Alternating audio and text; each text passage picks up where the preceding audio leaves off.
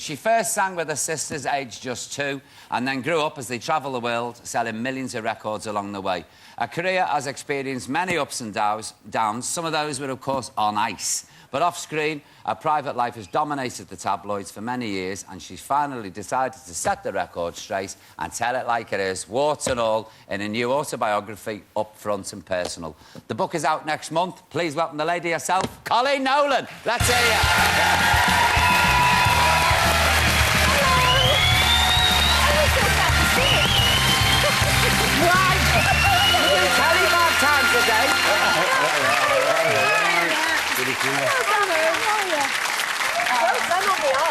Oh, Coleen, I feel I know like everything about you. I was in bed with you last night. Oh, I missed that, but... Why did you finally decide to put it all down in a book? I think because, you know, I've been approached for the last 3 or 4 years to do it, and I was never ready. And because for me, to write my autobiography, I did want to write a warts and all and be really truthful in it. Really honest, haven't you? And, and the thing is, my mom and everything was still alive, and I thought, I don't want anything to hurt her. And it just came about that the time was right now. It felt right for me to do it. Do you know what, reading this, what I've twigged? You're really hard on yourself in this. I thought you were. Yeah, you really are. You don't give yourself a break at all. Well, I think because there's things, you know, a lot of people that have read it, that I've got good response by it. Oh, it's cracking, but you just like, think. And a lot of people say, well, why did you put that in? Why did you admit to that? I just don't think you can write your autobiography and leave bits out that you look bad in. You know, I've made mistakes in my life, and that's what I talk about. Tell you what, you had an unconventional childhood, didn't you? It's like Gypsy.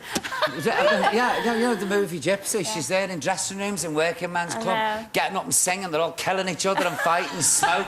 How old were you when you first went on the stage? I was 2 when I first went on the stage, Wow. It's amazing, it really is. I had no idea, you know, like the Nolans in Blackpool, they all went off out and round. There was 10 of us. My...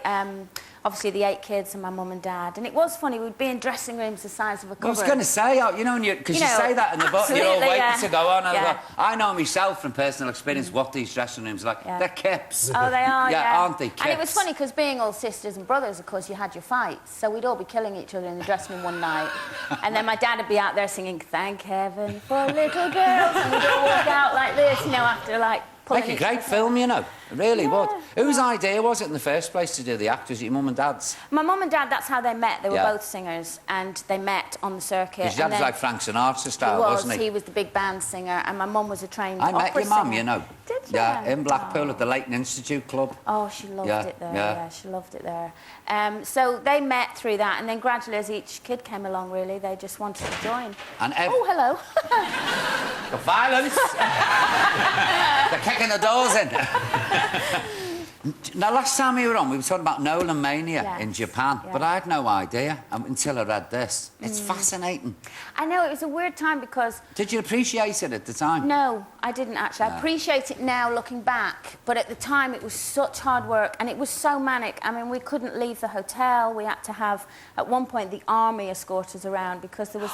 literally honest to God, it's like the Beatles. When you read it, it's like Beatlemania. It was weird, and I was 15, you know, and I thought, I just want to go home, you know. And then you said, this is what you make me laugh. She's got all this mania going. She's saying, oh, I want a cup of tea. I did, you know, because we'd go out there a lot.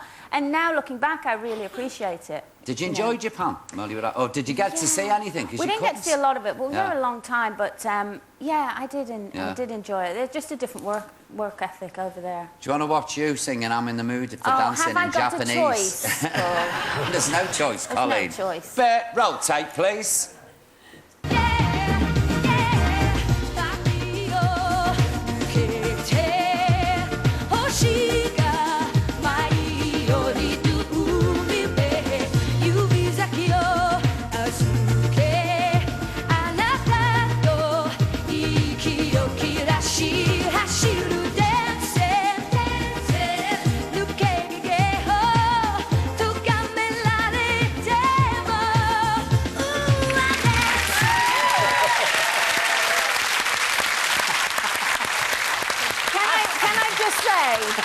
Every credit to my sister Bernie in that. Love Bernie, ooh, ooh, ooh is the same in Japanese as it is in English. And that's all I sang at that point. Ooh, ooh, ooh. I was so relieved. Now, there's so many rumours about you and Shane Richie, isn't it? I mean, but there's been all sorts in the papers, and all man has said. Was it good to get it all out and put the truth down? Do you know, the thing about writing a book, and you probably found this, is quite cathartic. And it's a bit like counselling, isn't it? And you do go back to those times and feel all the same emotions. Again, what I wanted to do was set the record straight and be truthful. You know, I didn't want to go in there and absolutely rip Shane apart. You know, at the end of the day, we've got 2 boys together. They're going to read the book. But I was truthful, and what happened, happened, and it's nothing that he hasn't admitted to or apologised for. And I'm really happy now, and that was then, this is now, and hopefully I can kind of put that to bed now. Yeah. And if anyone asks, I'll say, read the book. Go and read the book. Did you fall instantly, madly, head over heels in love when you first met him? With Shane? Yeah, Shane, yeah. Yeah, because he was so charismatic, you know, he is like... Full of life and old Shane, isn't he? Yeah, and I was 21, you know, so...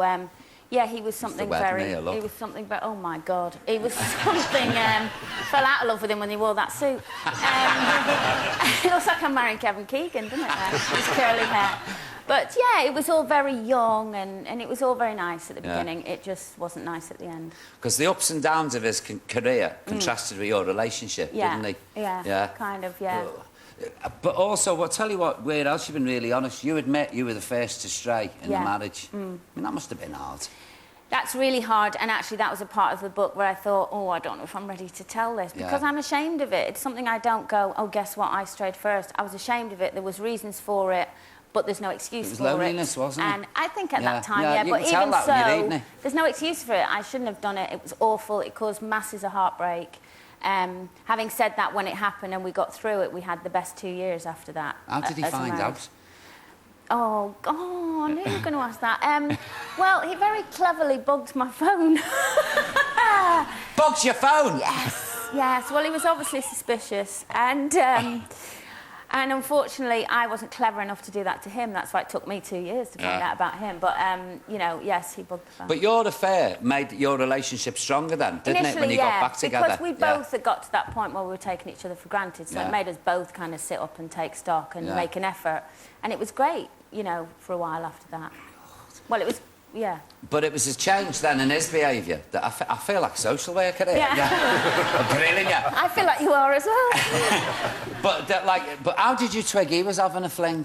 Was it a change in his behaviour? Yeah, I think when you've been with someone that long, you can just sense it, and I sensed it from day one, but I didn't have any proof of it. Yeah. And I wasn't going to throw away a whole marriage and all of that on something, you know, just a gut instinct. Yeah. Now I would, because I would trust my gut instinct. But it took me about a good year to find out that I wasn't going mad, and then another year to pluck up the courage to leave, so... But then you and your partner moved in with Shane and Clare, his partner. Now, how's that? That's like a sitcom, that is. It is a bit like... If you saw that in an episode of something, you go, as if that had happened, but it actually did, Me and my husband now, Ray, when I got offered the job on This Morning, actually, it was so, you've got to come now, and we had nowhere to live, and I was friends with Shane and Clare, the girl he left me for, and... you were good with her, you know, Clare. Yeah. Because it could have gone the other way, couldn't it? But you know what? She was going to be part of my kid's life, so I had to make friends with her, and I didn't want them to feel guilty for being friends with her, so it was all that going on. So, yeah, they said, well, you'll have to move in with us till you find somewhere, and we all moved in, and everybody thought it was the most bizarre situation I read it in the book, and I thought, this is getting wilder and wilder. I know the fan kicked in here with the thought. The only thing that was bizarre was moving back into my old, like, what was my marital home, and Claire going, the guest room's second on the left, and I was like, I think I know where the guest room is, you know. But both of you put your kids first, didn't you? Yeah, absolutely. Yeah. And luckily, they've both come out good. Are they following in your footsteps? They are. Shane Jr. is a Pontin's blue coat after his dad. His dad was that, Yes, following his footsteps in more ways than one, but that'll be the next book. And Jake is at theatre school, and he's a great songwriter and actor, and it's in the genes, isn't it? They definitely want to do flows through you like a stick of Blackpool rock. It really does, doesn't it?